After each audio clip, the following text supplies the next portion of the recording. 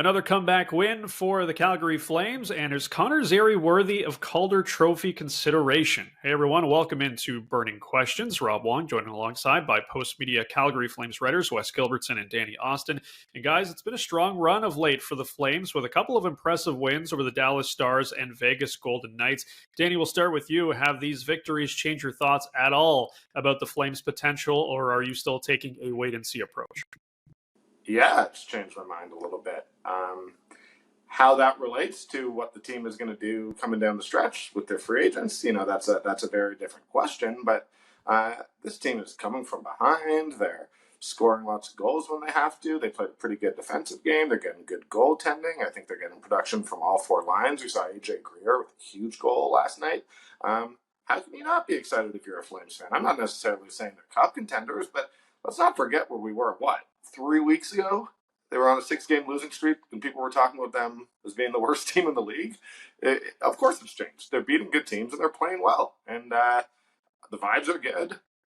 I'm not saying they're going to win the Stanley Cup, but I'm saying that if you're a sports fan and you're not 20 games into the season getting excited when your team's beating the reigning Stanley Cup champions and a very good Colorado team, what are you doing this for? That's what I'd ask you. I think for me, the biggest thing is maybe the 6-game losing streak shouldn't have changed as many minds as it did. Like, this is sort of what we expected out of the Calgary Flames, I think, in a lot of ways in 23-24 is a team that was going to be competitive, a team that could rely on some veteran savvy, a team that at close to its best could hang with good teams, but maybe wasn't going to consistently be in that conversation. I think that's what we've seen in the last couple of weeks is a team that probably looked a little more like the Calgary Flames on paper should look. But to Danny's point, it's the way they're doing it. It's the comebacks. It's the resilience.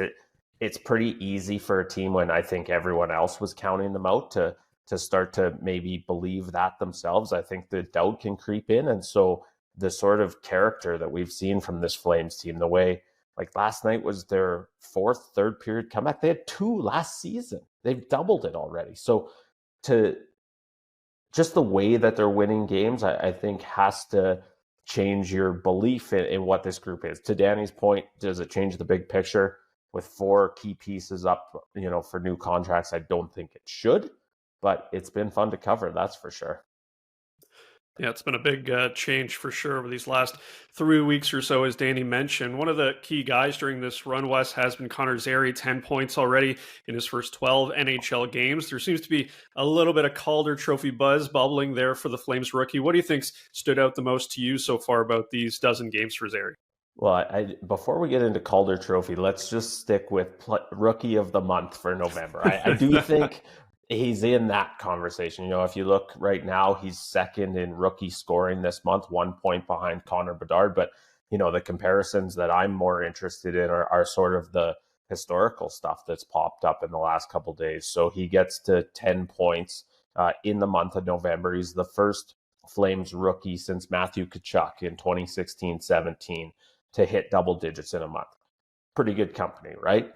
And then, a second stat is he's the fastest Flames rookie to 10 points in his career since Sean Monahan did it. Well, Matthew Tkachuk and Sean Monahan are 2 of the most exciting prospects that we've seen come through this city in a long time. And while they were a little bit younger than Connor Zary is now at 22, I think it just speaks to the impact he's had. It speaks to the way, whatever's on the horizon for this Flames team as far as a retool goes, Connor Zary has shown us that he needs to be a big part of it. He's only 12 games into his NHL career.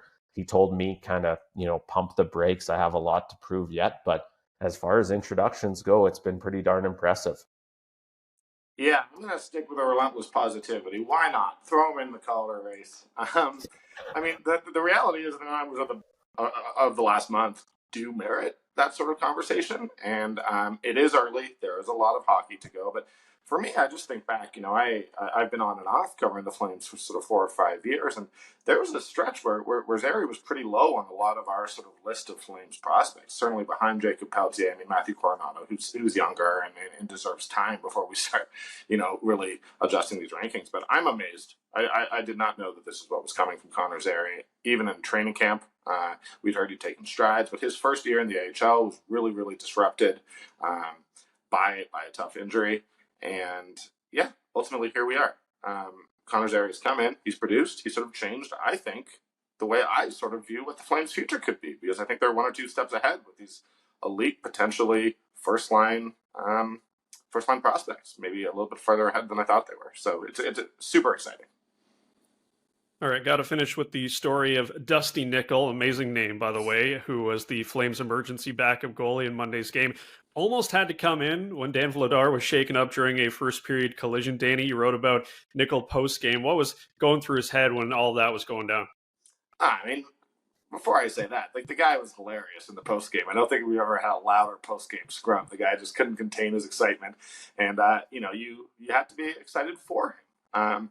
I think all the players were. He talked about sort of that moment when Dan Vladar was down and looking and being like, "Oh, get up, get up, get up." I think it's one thing to be sitting on an NHL bench wearing a Calgary Flames jersey and getting to have that experience. I think it's a whole other thing having to try to stop pucks from the reigning Stanley Cup champion in front of 18,000 people. That's a lot more scary. But I mean, who doesn't love an EBUG? It's just amazing to see these guys live their dream for one night. And he was like a little kid after the game. It was awesome. It was really fun as a reporter to get to cover that one.